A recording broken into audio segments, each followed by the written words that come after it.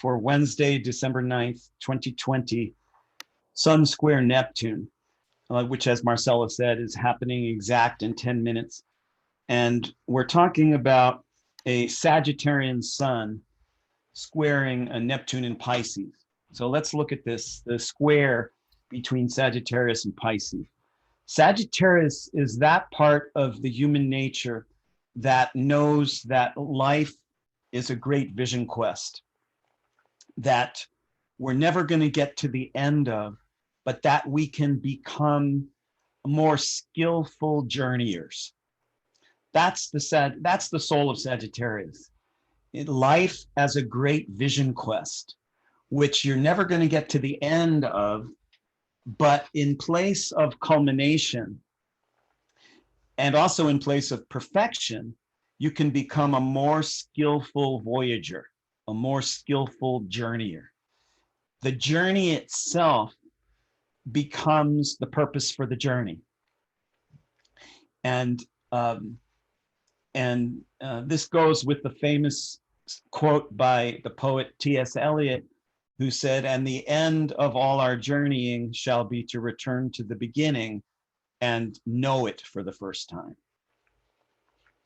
Though I'm paraphrasing, I kind of tend to change it to make it sound the way I want a little more than the way he said it, but I think he said it very close to that.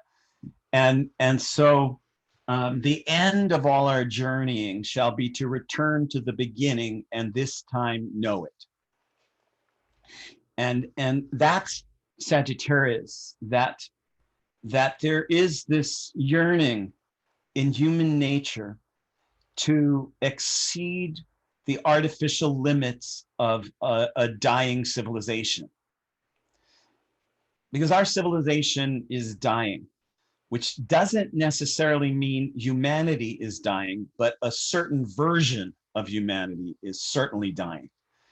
And we could characterize that dying version by the one that is trapped rather than journeying.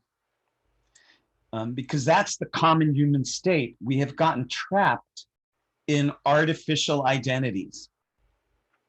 Every human being is cosmos in motion. You're not Marianne Morrissey. You're the universe pretending to be Marianne Morrissey. You're not Isabel Mas. You're the universe pretending to be Isabel Mas. And so you're all of everything pouring itself through the human vessel of your selfhood. That vessel will expire. It has a time limit because someday you will die. But the force that the vessel is channeling will go on. And so in order to untrap ourselves from a very false state where we've gotten stuck rather than really great journeyers, we have the sign of Sagittarius, which is summoning us to the celebration. Come, come, whoever you are, Rumi says. Come, come.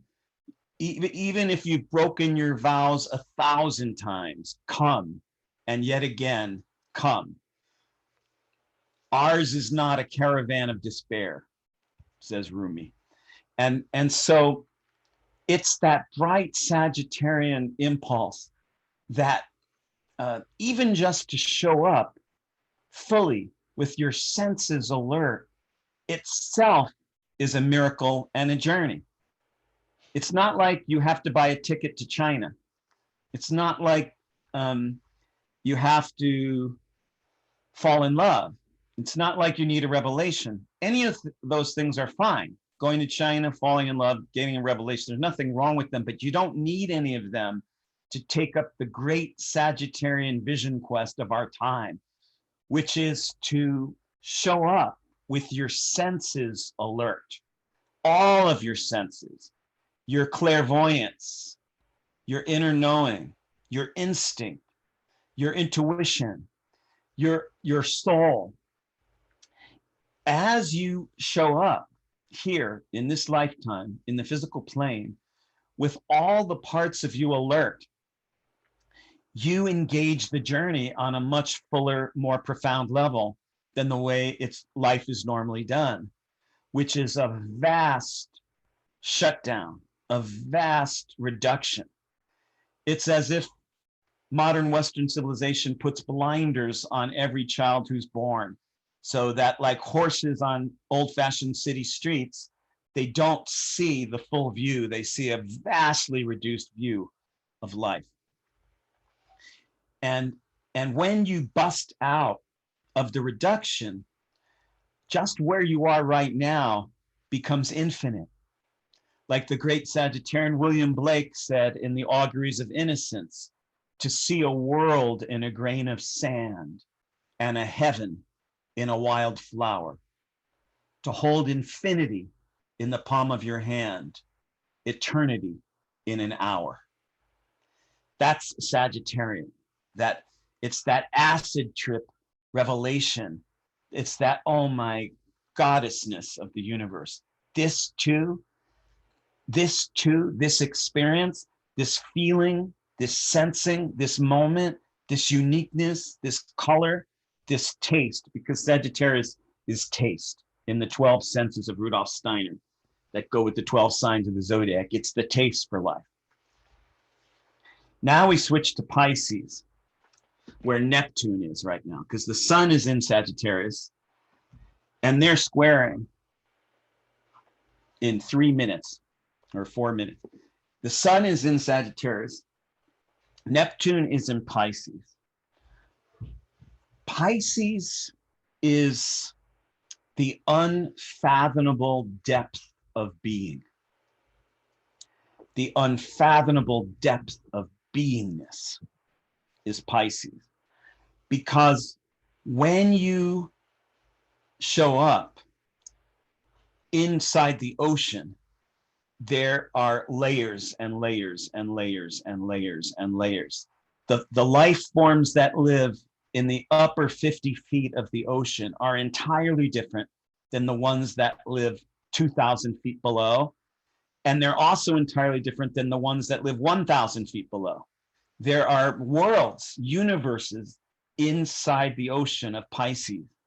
And so everything depends upon which of those levels you happen to be visiting and exploring and relating to.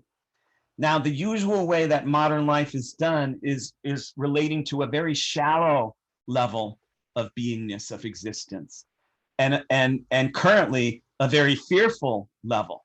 Everybody is scared shitless. The world's going to end. COVID is going to destroy me. We have no future. Nothing is right. Nothing is good. Trump's president.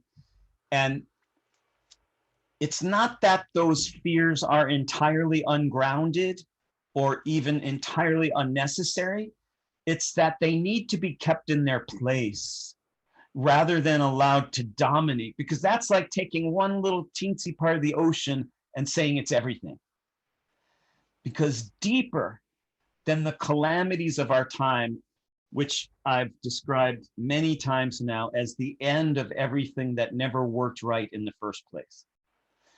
Deeper than the calamities of our time, which are just the end of everything that never worked right in the first place, are layers and layers and layers and layers of magic and ancestry and meaning and art and history and sexuality and compassion, especially on the Pisces track, compassion. Because Pisces needs an enormous amount of compassion to counteract the enormous weight of pressure that increases as you go deeper down into the ocean.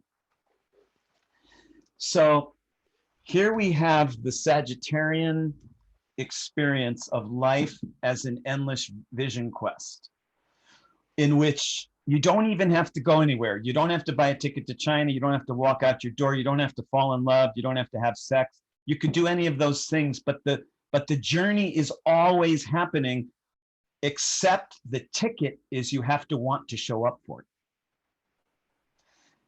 You have to prioritize showing up for the magic of your own existence at every given moment, or you will not take the journey. That's your ticket. Normally, there are many other priorities that dominate the modern human mind. And so the idea of showing up fully for the incredible magic of just beingness usually gets low on the list of priorities here. So once, and this is the magic of Sagittarius, which is my moon and my rising.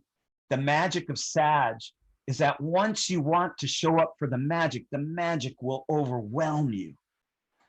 Even the magic of your tears or your anger, it's not just a certain magic. It's not just the harmonious, glorious, beautiful magic. It's the magic of existence. Whether you're crying, raging, laughing, orgasming, dying, stuck in traffic, this is a magical existence that your soul has shown up for. And it's your body that delivers the magic.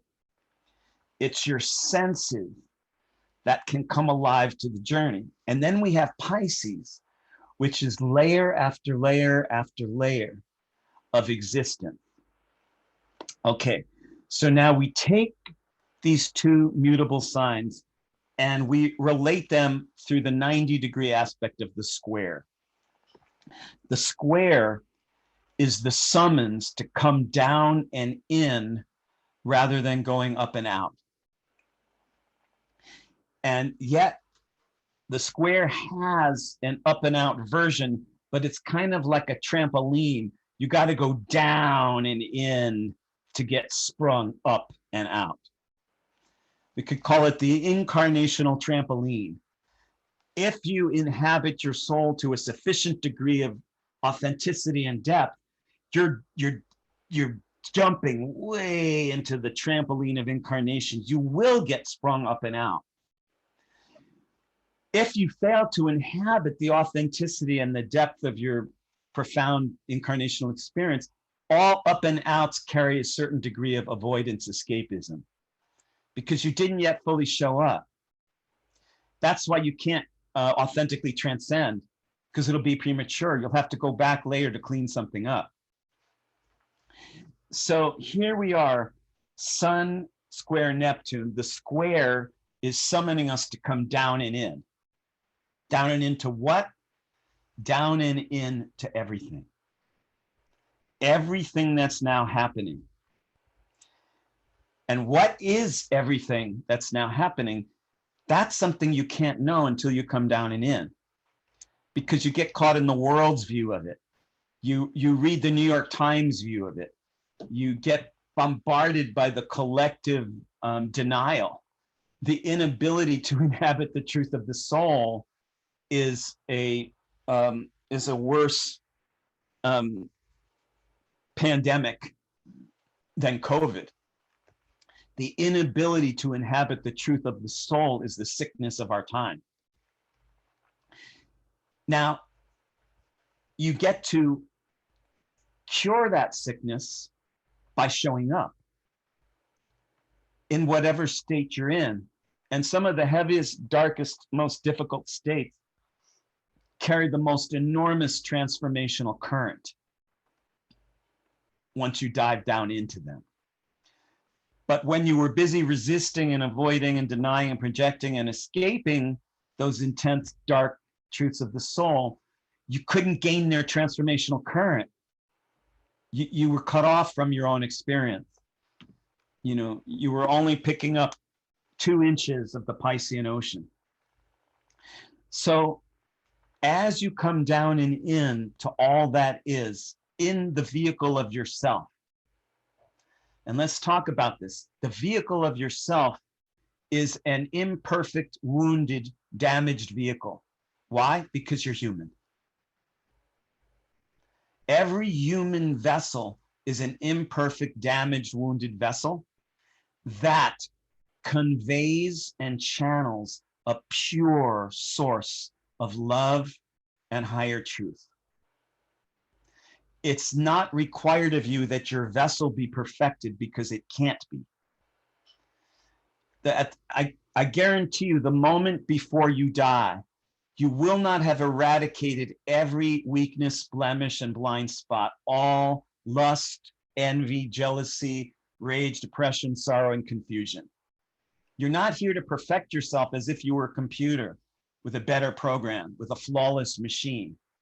What you are here to do is use that human vessel as a way to ground and center the above and the below. What's way up above you is the highest cosmic truths. What's way up above you is your highest consciousness that is never caught in all the conundrums that your lower consciousness constantly gets stuck in. Your ego, your karma, your selfhood. Regardless of how much stuff you get stuck in this lifetime, the highest part of you is just soaring in a state of perfection and compassion and knowing. And now, because you're human, you're not always in touch with that highest part of you. You're only at best intermittently rather than consistently in touch with the highest part of your consciousness. That's okay. You don't have to always do only the right thing and the perfect thing. That's not why you're here. You get to fuck up. You get to mess up. You get to blow it. You get to stumble, stutter, trip, fall, make mistakes, say stupid fucking things because you're human. And here at this time of square in frequency 19, that's the frequency that is commanding us to gain guts, vision, charisma, and innocence. Let's take these one at a time. Guts, trusting what your instinct tells you. You know, in a deep part of you, do not walk by the cave where the grizzly bear is starving. Do not walk by that cave. Your gut knowingness knows that. Do not talk yourself out of what your gut knowingness knows. The guts of the moment here at this square is the trusting that what you feel in your deep instinct is absolutely true, even if there are other parts of you that need to be consulted in regard to what to do with that. The deepest gut part of you is knowing that what you sense and feel and know in your gut instinct is absolutely true and correct, even if there are other parts of you that you need to consult with before figuring out what to do with that gut knowing. Because until we allow the gut knowing to live and exist and inform us and thrive, we're working on a societally conditioned form of consciousness. We're missing the resurrective current from the deep, dark shadow underneath our ego and our conditioning. So the first step is to trust your gut knowing. It may not have the full picture. I'm not saying that it does. I'm not saying it understands the whole macrocosmic relationship of things, but you have to start there. You have to start in the ocean, just like life on Earth. Life on Earth began in the sea. That's where you have to begin, in the deep inner gut knowing of your soul as it lives inside your body. Not because it's the only way to see things, not because it might even be objectively true for everyone, but it's because until you develop that link with your gut knowing and exercise it so it gets stronger day by day, you're operating at a loss. You're trying to meet the world on the world's terms. You're trying to give other people what you think they want of you. And that might not be the world's worst idea if it ends up that your gut instinct is also telling you to give them that thing. There's nothing necessarily wrong with giving other people what they want of you if you're first getting it from your inner truth.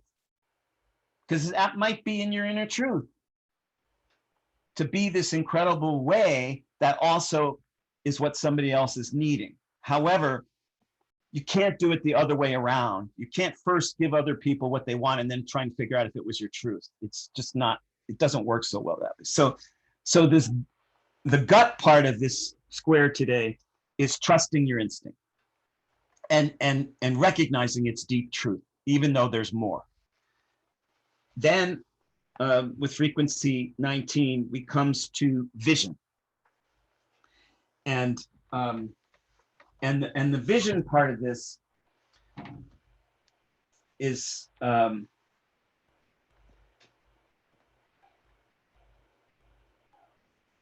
coming from a very deep part of you.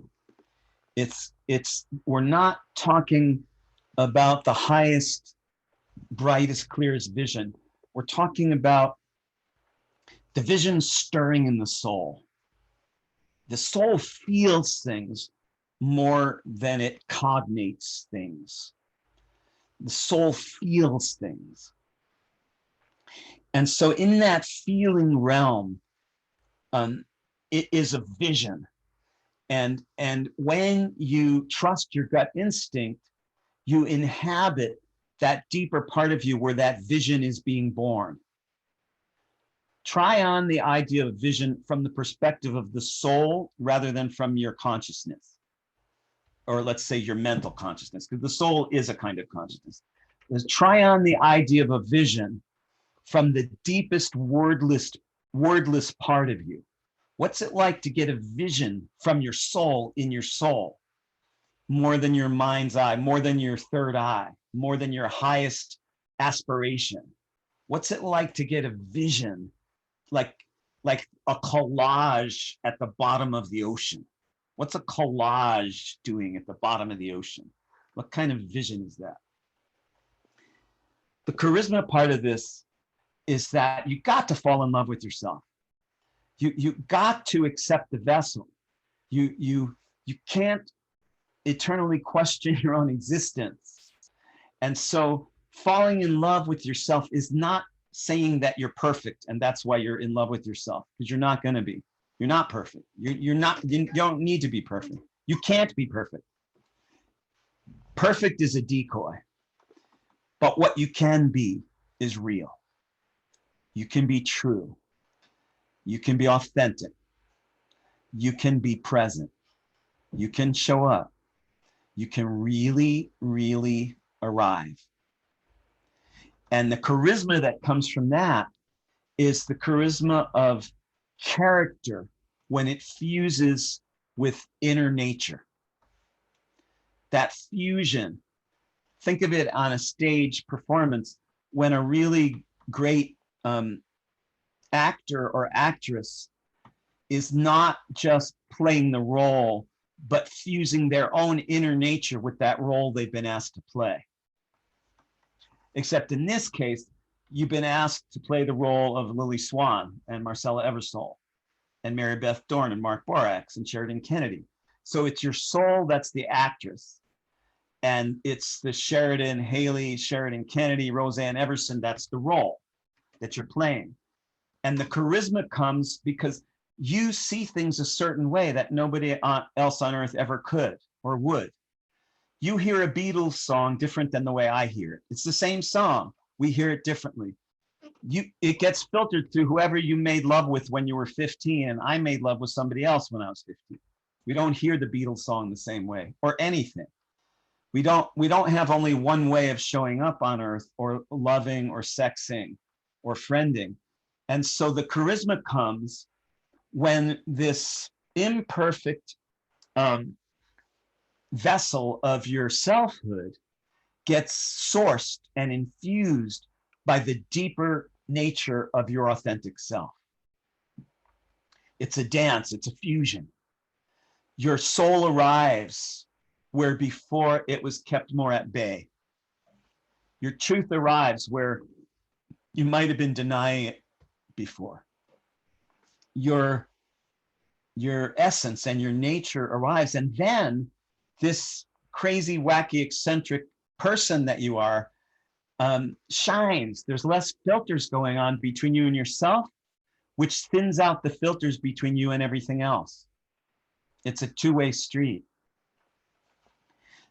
When you stop resisting love, truth, transformation, beauty, companionship, and change, all those things stop resisting you. As you arrive, the charisma comes from, well, this wacky, eccentric way you have about thinking of things and walking and sitting and remembering is what we all need. Just like we need the sun and the moon and the snow and the rain and the grass. Why? Because they exist. Because you exist. We need you, but we don't need you to be any kind of artificial, fear-imposed version of yourself. We just need you to be the imperfect, wounded, damaged, sublime, perfected example of walking spirit that you are. And no one else can do that. I can't be the Marianne Morrissey that your soul incarnated into the universe to blossom and discover. I can't be the Jerry Garcia that his soul incarnated into the universe in order to express, but he couldn't have been the Mark Borax either. And so whoever you're not gets counterbalanced by who you really are.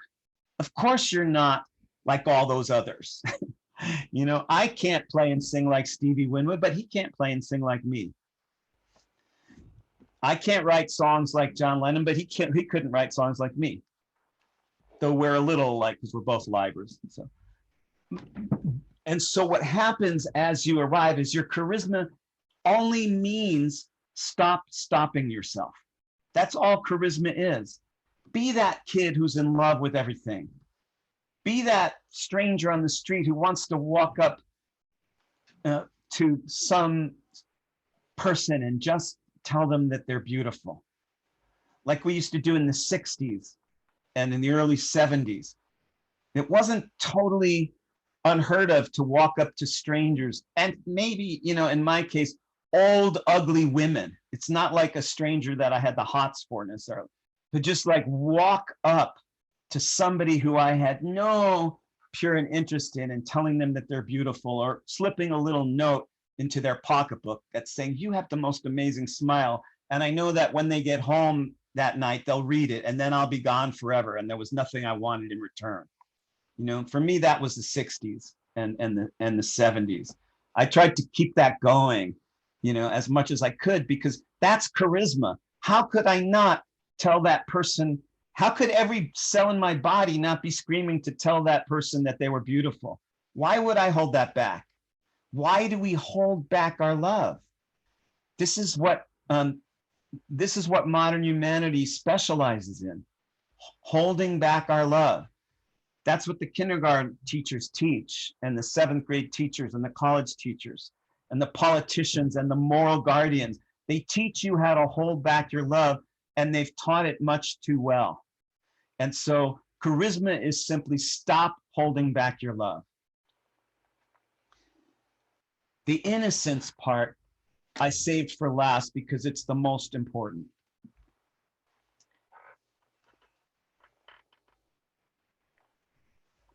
Right now, we need innocence more than anything, because the long, dark shadow of history is so coagulated with drama and karma and self-destruction that it can easily overwhelm all innocent, childlike faith that something very beautiful can come out of this time period.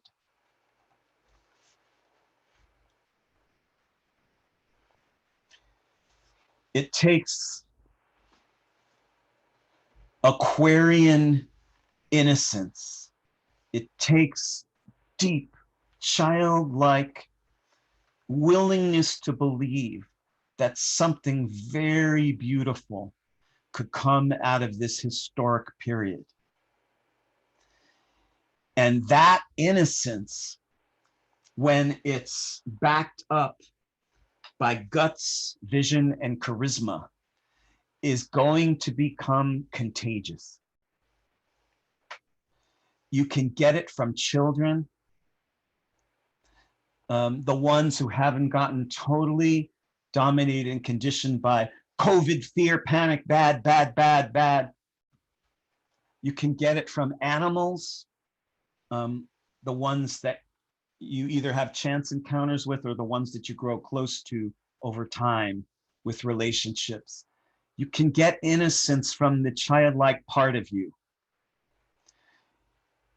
though the childlike part of you may be somewhat buried under sense memories of what happened in the earlier times in your life when you tried letting it out.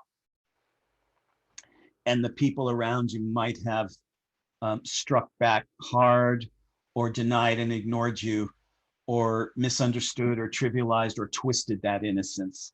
So you can get that innocence from children and animals and the childlike part of you, but sometimes you have to do an excavation project, a salvaging project to go down under the layers of memory of what might have happened earlier times in your life, when you tried being very innocent, like when you were born and when you started to crawl and when you started to walk and talk and the first time you ever made love and things like that. That innocence of each of those earlier rites of passage is still in you. You're still a child. You'll always will be a child.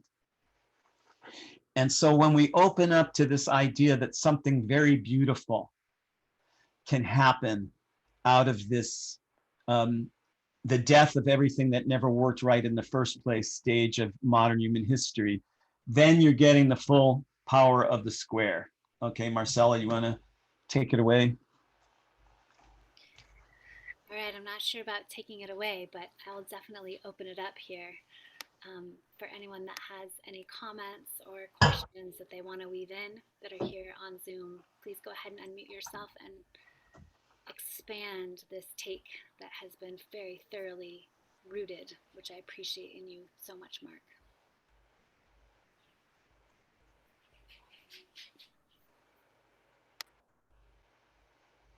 May I speak? Yeah. Well, first of all, I want to say thank you. Tomorrow's my birthday. Yeah. I feel like I'm going to cry because what you just said, I think really speaks to what I have felt my whole life. I'm going to be 64 years old tomorrow. So it's been a long journey. But I've always known that there was something deeper, and I've always tried to communicate that, to have that be my interactions with other people. And for so long, it's brushed over. You know, people continually try to bring us to the trivial. And, you know, I'm to the point anymore. I finally said to all my friends, don't call me tomorrow. I'm going to be in silence because I need to deep dive. I don't want to just chit chat about what a lovely day it is, even though it is. But you know, it just I just feel like I really want to sit with what you've said here today and feel that in the depths of my being, because it feels so true, and it feels like what I want to bring forth as we go forward. I mean, from the time that COVID presented, I have said to everyone that I meet, put on your wide angle lens. Try to see the bigger picture here. There's a lot of good coming out of this, because what was happening before was unsustainable. You know, let's see what the good things are. And just this morning, I was talking with one of my clients, and you know, we couldn't do our session because her kids are home and she's homeschooling and blah, blah, blah. And so we sat and talked for like 10 minutes. And I said, you know, isn't the beauty here the time that you're getting to spend with your kids and how you're getting to, you know, take the educational process that is so broken and do it your way? And she was like, oh my God, yes, it's such a blessing. So anyway, thank you, Mark. Thank you, Marcella. It's been a pleasure. Well, you are so deeply welcome, Marianne, and happy Sagittarian birthday to you. And what a beautiful honor it is for us to welcome your birthday in on a deeper track. Thank you. Yeah, thank you. Yeah, thank you, Marianne. Really powerful. Thank you for taking that time for silence. What an incredible gift to give, not just yourself, but just the whole collective channel to actually really inhabit a space that often gets completely talked over. Does anybody else want to weave in here? So many really, really powerful points, Mark. This was so rich because you wove in quite a few potent threads. Yeah.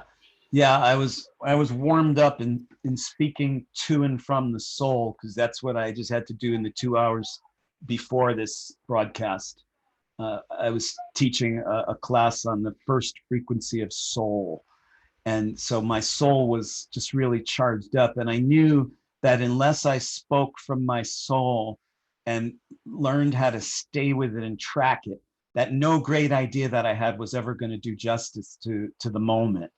So I had to act in the mode of listening to the soul while discussing all those different ideas, which can ground the information, because so many great new age spiritual ideas are incredible and also disembodied. So this is my art. I really seek to embody the truths that I offer more than just speaking them. I don't say that I always succeed, but that's what I strive for. Yeah, and on that note, I was just looking at one of the notes that I made that maybe was exactly along those lines. And I think it's really stemming from that place of many human beings have damaged instincts. I'm one of them. And that's a real issue that you're traveling and you understand how important it is to be connected to your instincts. But as you do more and more of that work and you connect with the trauma and the things that live in our bodies, then you can start to really realize, like, whoa, I'm actually not inhabiting this channel, and so my instincts feel damaged, and I have to find the recovery process of actually reclaiming that instinctual connection, which is a commitment to do that kind of work. And in that process, I really find that sometimes my body gives me mixed messages.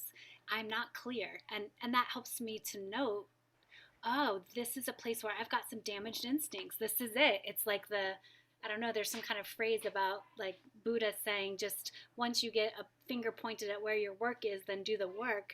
I think what you're invoking here actually can be a real rich process of really trying to discover sometimes where our work needs to happen, just in relationship to that first basic part of this whole deep conversation, which is getting in tune with your instinctual nature in a way that you can trust it.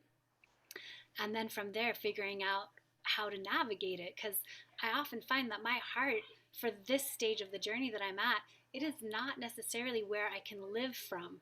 Because it's not, I have to trust my gut more than my heart, or I get way too top heavy.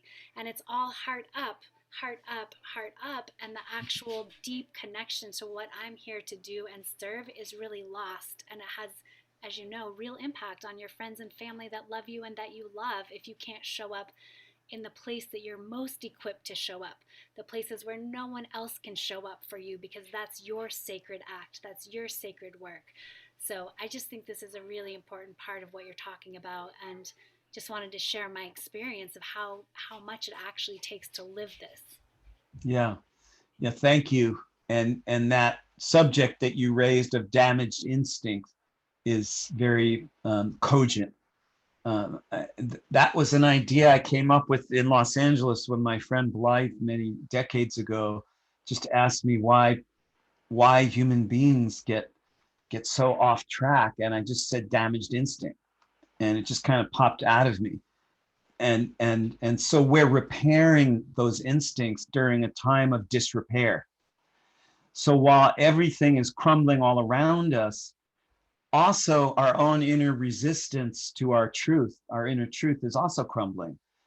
And so that external disintegration of social scaffolding is a helpful prod to release the parts of yourself that have gotten acclimated to external measurements and failed to trust what you're feeling. When the instincts get damaged, which the number one source of damaged instincts is sex abuse in childhood. And that's not the only form, but that's the the most prevalent form. When your instincts get damaged, the repair work is usually long in coming, because the place where you got damaged evicted you from inhabiting your own soul and body. And so the damage was an eviction. And the message you got after that was, it's not safe for me to come back in. It's not safe for me to feel what I'm feeling. It's not safe for me to radiate my erotic radiance, my solar light, my magic, my vulnerability. And the neural pathways get diverted, so that the flow from pleasure, the flow from attention, and the flow from soul, they don't meet each other directly. They go through this wiring. This has to be rewired. That's not the only way that instincts get damaged, but that's the paradigm, because all the other forms are kind of like some version of that. They're a transgression of boundaries that damages instincts on some level, and the person gets cut off from what they're fully feeling and what they're fully knowing on the inside, and the recovery process comes in a deep moment of silent recognition. The recovery process from damaged instincts comes from a deep, silent moment of recognition. It doesn't come from therapy. It doesn't come from ideas and words. It doesn't come from books, and it comes from a deep, silent acknowledgement and recognition. And if I had to put a concept on that, I would say that it's the recognition of your beingness. It's the acknowledgement that you exist, that you exist. Who you really are is. Because that, down deep on the inside, undamages the instinct. That you get to be on the deepest level. That you get to be. That your beingness is not up to debate. That your beingness is unquestionable. That is not ever contested territory. That no force in heaven or earth has the authority to come between you and yourself. That's what undamages the instinct. It's a deep, silent moment of acknowledgement and recognition. It's your re-arrival from whatever happened to propel you out of inhabiting yourself all those lifetimes ago, and then again in childhood in this life. It's the return. It's the re-engagement. Yeah, whatever crazy, fucked up, or wonderful things that ever happened, I'm here now. And that's a growing, changing thing. I'm here now, not in a fixed, static way, because there's no more the journey. I'm here now in order to arrive and feel what I feel. And just inhabit those feelings. You know, dwell inside the truth of them, even simultaneously to dwelling with any outer relationship connection. It's not an either or. It transcends and heals polarity karmas.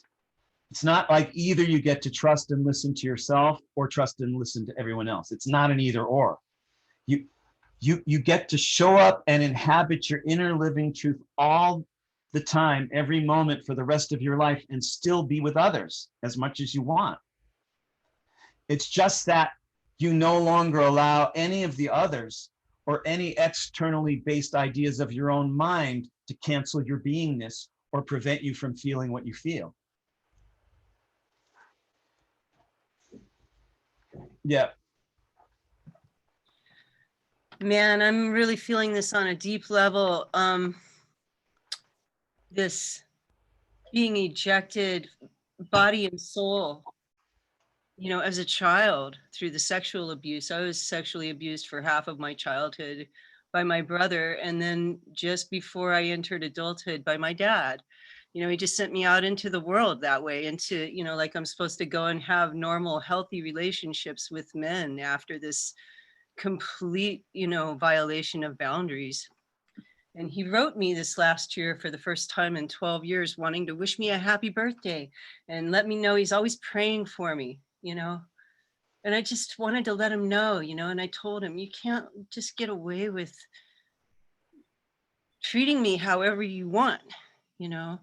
I have beingness here that I'm reclaiming. And I'm just feeling that so strongly right now. Like you say, there's nothing between heaven and earth, you know, that can take that from me, you know, through all these lifetimes that I've experienced that. I'm reclaiming that now. No hope. Marcella, could you turn your volume up? I can't hardly hear you when you talk. Oh, Yeah, I can try, but I don't. might be on our end, but we can hear everybody else, but I'm having a hard time hearing you. Well, she was just, she Really? had her sound off for a while. Oh, Yeah. Yeah, Lily, Hmm. that's, I'm blessed to bear witness to your rearrival. I feel you re-inhabiting your core, your truth, your body, your beauty, your erotic life force, your innermost pure force of love and beingness. You know, I feel it, and I'm honored to bear witness to it. Thank you. I know this is such strong medicine. I'm gonna weave into Mary Beth too, who's had her hand up. But I also just wanted to acknowledge, like, how many ways our culture is really suffering from damaged instincts. When you think about the kids cutting themselves, or you think about eating disorders, there really is a massive, massive, massive crying out. I mean, that's not even considering the suicide, but with how many people are addicted to opioids and then all of these things that are being carried out, like, it, you really start to realize it is actually, even for all the things we're dealing with on our own levels that we're aware of,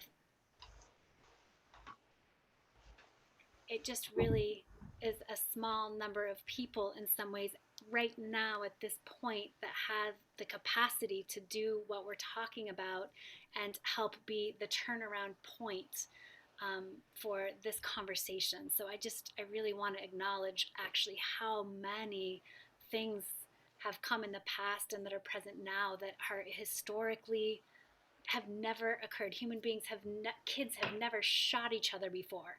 Like, there's just so many incredible ways in which our survival instinct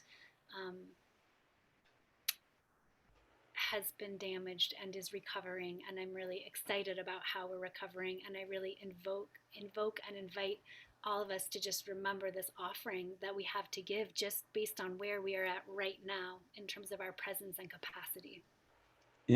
It's an enormously powerful, seminal, singular time in the history of humanity. It's a lot is riding on this. When Jupiter meets Saturn, which is happening now and is exact on winter solstice day, the course of the next few decades is being set in the cosmic council chamber. And this is what we're bearing witness to. This is why I'm calling these circles. You know, we are bearing witness to a coming time that will determine the fate of the species. And there is so much riding on this that we have to be willing to play with and work our magic. It's not, yeah, we're the ones who decide whether the world lives or dies, so we have to be heavy and serious. No, man, we have to be cosmic fools, spiritual outlaws, wise women, priestesses, shamans, healers, warriors. We have to blend Kuan Yin with the Incredible Hulk. We have to have the deep, serene compassion of the mother's love for her children, and the entire universe is her children, but we need the ferocity of the Hulk to stand up to the bullshit and to forbid the transgressions of truth.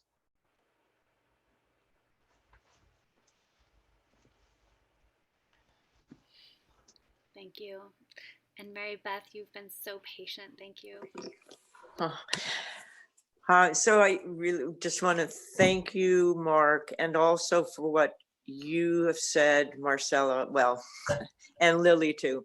But this framework is a perfect description of the work I've been doing and this year, and the framework of like how amazing it is that we can reclaim ourselves from these deepest, darkest violations and from these places of being separated out from ourselves. I mean, that piece is so amazing that I have been able to recover these parts of me that were evicted, I believe is the word you use, Mark. So just this framework and this perspective does give me a deep hope, deep, like so deep, like a grounded deep that I'm now experiencing, in a much fuller, in such a much fuller way, like actually like experiencing my soul, still with questions like, that my soul embodying, like actually coming into my body in this process. And what you said, Mark, about safety in being able to radiate our erotic innocence. Like, yes, like just yes.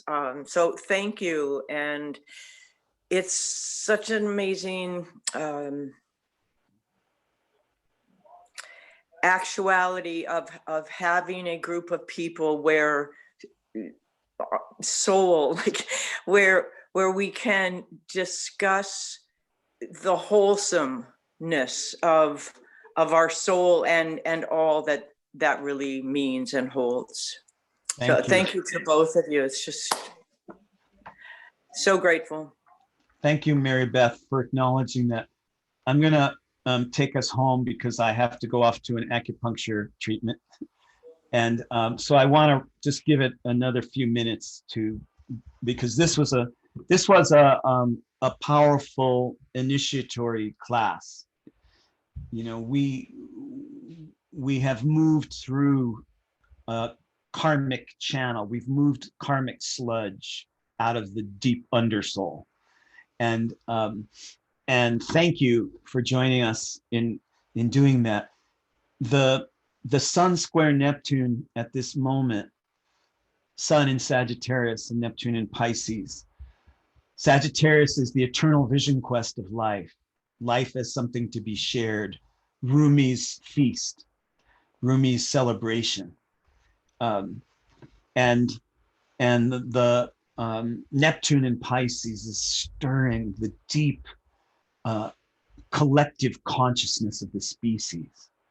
Way deep, the karmic gumbo is being stirred by Neptune in Pisces. And it's loosening up a lot of sludge. In frequency 19, we have the command to apply guts, vision, charisma, and innocence to this moment here. The square summons us to come down and in before we go up and out prematurely. We're being summoned to go down and in to guts, which is trusting what you know in your body, what you know in your bowels, in your gut, in the heart of your soul, what you know in the heart of your soul.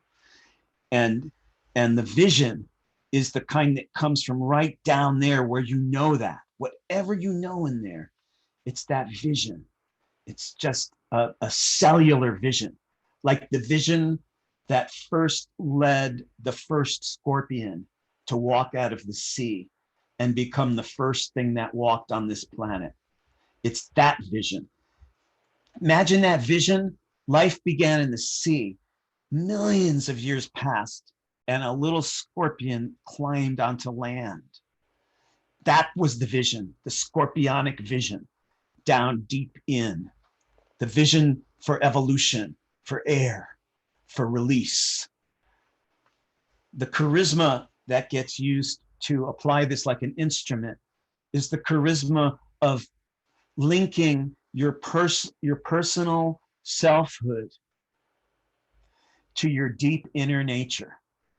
That this flawed, damaged, eccentric, imperfect, wounded self that your soul decided to inhabit was the right one.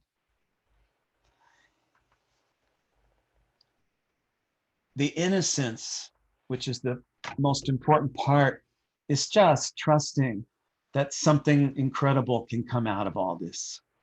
And it starts by you just showing up. Thank you, everyone, for joining us today with the CWR Live for Wednesday, December 9th, 2020. Sun Square Neptune, Guts, Vision, Charisma, and Innocence. Take care, everybody. I got to run. Thank you. Thank you. Thank you. Thank you. Aloha. Very well. Hi, Marcella. Hi. I was going to try to unmute you all, but I can't find how to do that right now. So take Thank care. you. Everyone. You're welcome. Mwah. Bye. Bye. Bye, Sheridan. I had lots of people staying up late or early. I guess it would be early.